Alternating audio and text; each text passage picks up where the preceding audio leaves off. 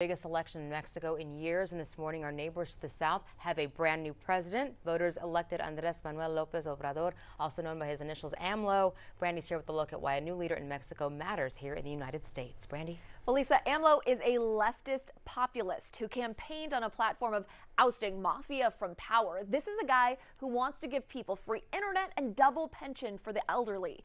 He's been involved in Mexican politics for years, and this election proved the third time is the charm, winning the presidency after two failed attempts in 2006 and 2012.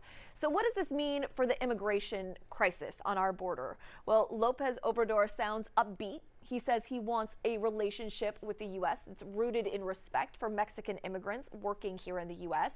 He also says migration should be by choice, not because of necessity, like, say, because of cartel violence or poor job opportunities in Mexico.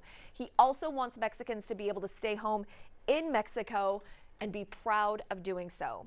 Immigration and border issues are obviously hot topics for Americans and for President Trump, who congratulated AMLO on the win and said there is much to be done that will benefit both the United States and Mexico. But this relationship could be a complicated one. AMLO's win is in part the result of an anti-establishment movement and Mexican sentiment toward the U.S. souring.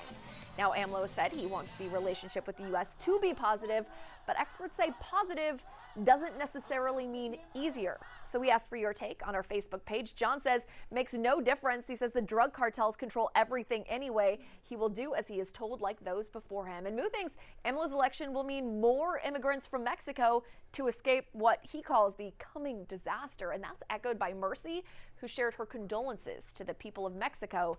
She calls it Venezuela #2.